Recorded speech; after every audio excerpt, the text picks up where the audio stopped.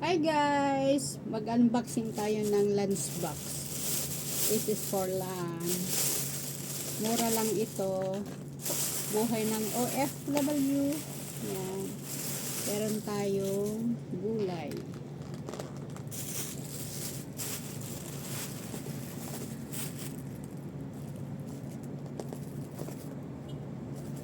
Ito pagkain ni Inday.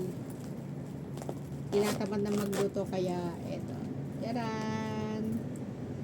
$40 lang to. $40. Yan ah.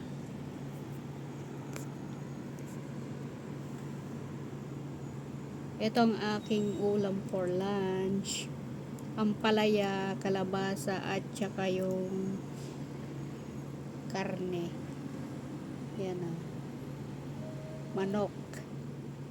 Sabi nila kapag abroad daw, masasarap daw ang pagkain. Pero hindi. Ang gusto namin is Philippine food. Hinahanap pa rin namin yung Philippine food. Nag-uulam pa rin kami ng tuyo, sardinas, yan.